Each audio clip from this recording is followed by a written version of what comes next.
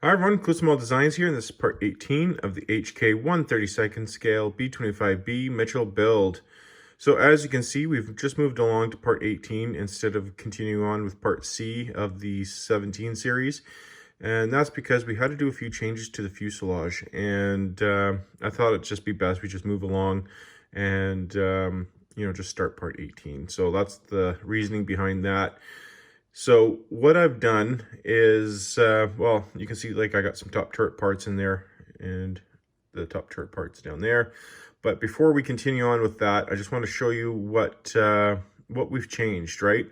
So that right there has nothing to do with, the main build. This is just, a scrap piece basically.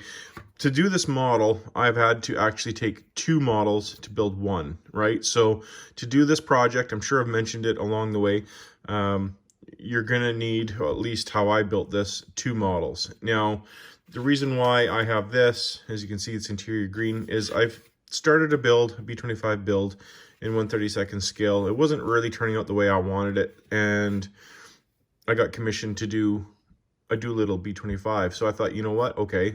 So I had another one of these kits and I thought I'll start fresh, right? Because I'm not going to just continue on with this one. I wasn't really happy with how it was turning out. So I thought, okay, I was going to start fresh. And I thought, okay, I'm going to have to be cutting out panels and all sorts of things here on this one. So I thought, you know what? I'm just going to use this one. So that's why you see all these panels all cut out. Obviously this, you can see this one right here is right there and so on, or whichever. Can't even remember anymore. Anyhow, it was brought to my attention from the gentleman that has commissioned me to build this model. He can reveal himself in the comment section if he wishes.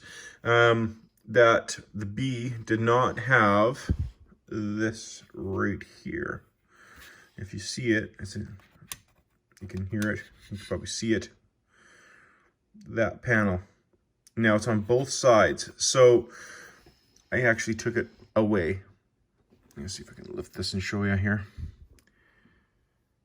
Now you can kind of see it still, like as where it was molded, but if I can get the camera angles just right, it is gone. So on both sides, it's gone. Now the original plan was to either cut it out and get plastic in there, because when I tried to sand it and stuff, it thins the plastic. Now I went with just sanding it down, and I'm just waiting on my riveter so I can rivet. And if it doesn't come in time, I'm just going to do the rivets by hand with my little tool. And that's going to take forever, but you know what? It's going to be worth it. However, if you want to do the riveting yourself, be mindful that the plastic is going to be a little bit thinner there. At least I think it's, pretty thin. I don't want to put too much pressure on it and ruin the entire model at this point, right? Because there's no going back.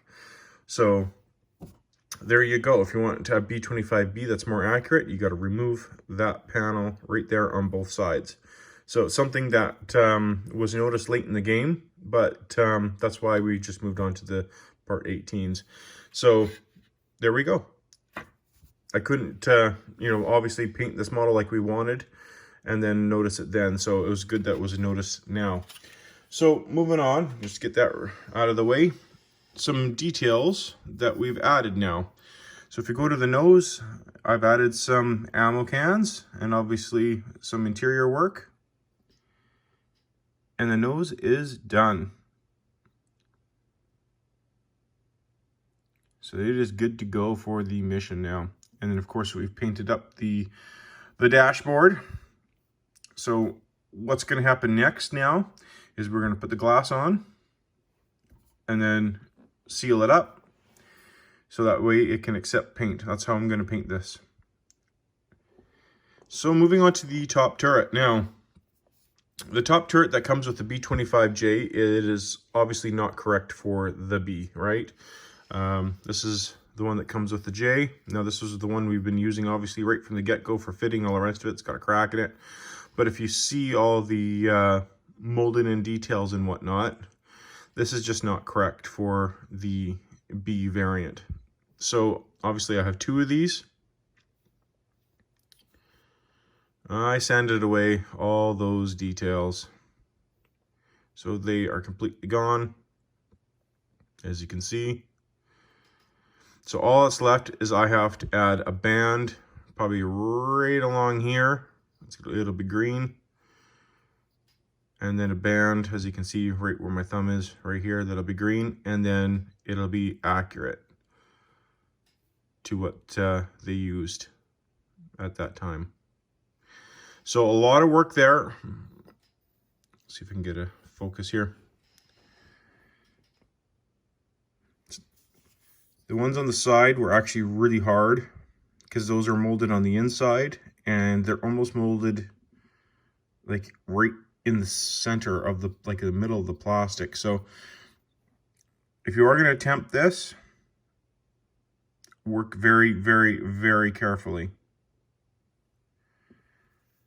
But there you go. And then for the internals of the turret, I actually sacrificed some from my B-17 kit, like the gun bags. And then the rest is from the B-25 kit itself.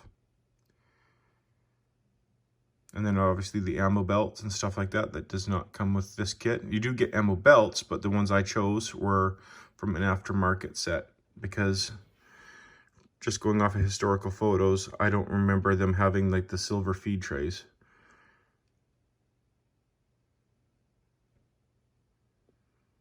But I do remember seeing in certain photos from, you know, their earlier turrets that they did have the, you know, the brass bags. So